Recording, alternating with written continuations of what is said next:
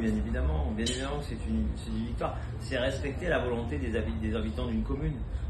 C'est respecter le désir des habitants d'une commune, et c'est une manière de rappeler qu'il faut consulter les gens avant de prendre de telles décisions. Votre solution, du coup, vous avez beaucoup parlé du projet d'immigration, du projet de loi. Qu'est-ce que vous voulez apporter à ce projet de loi?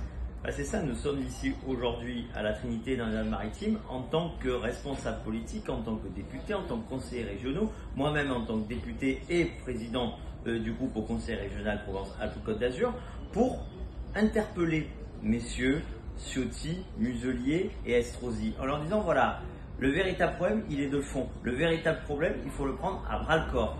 Demain il va y avoir un projet de loi sur l'immigration. Nous avons quelques mesures simples, claires, précises, qui peuvent réduire de manière drastique, si elles sont prises dans quelques semaines, peuvent réduire dans quelques mois le problème. Eh bien, aidez-nous, rejoignez-nous, faites de nos propositions. Nous ne sommes pas propriétaires de propositions, on veut juste aider les Français, on veut juste aider tous ceux qui sont confrontés à l'immigration, y compris les immigrés qui sont victimes de passeurs. Faites de nos propositions, vos propositions, portez-les auprès de vos amis macronistes, auprès de votre ami Emmanuel Macron et Gérald Darmanin, et enfin, arrivons ensemble à résoudre le problème. Mais arrêtez l'hypocrisie, si vous cherchez véritablement des problèmes, si vous voulez véritablement, comme il a dit sur votre antenne, serrer la vis à l'immigration, c'est M. Estrosi, et bien dans ces cas-là, qu'il agisse, qu'il soit à nos côtés et qu'il porte ses propositions.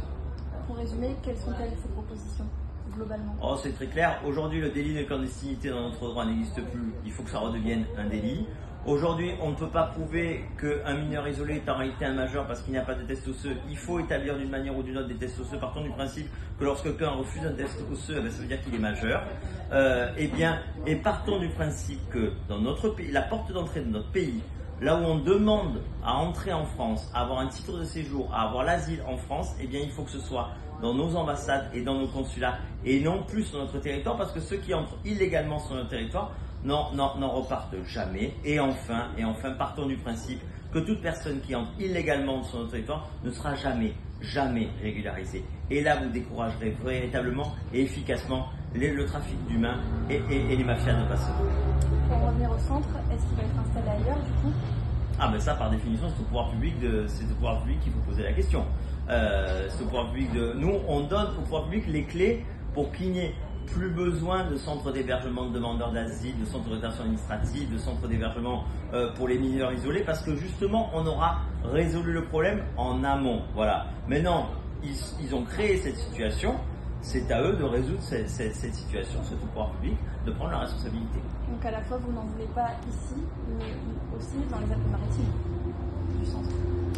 De toute manière, dans l'immédiat, les centres de rétention administrative peuvent trouver leur utilité parce qu'on est face à une situation immédiate, mais il faut consulter les personnes, ou il faut le mettre dans un endroit où il y a véritablement personne que ça puisse déranger, et puis surtout il faut traiter en urgence le problème en amont.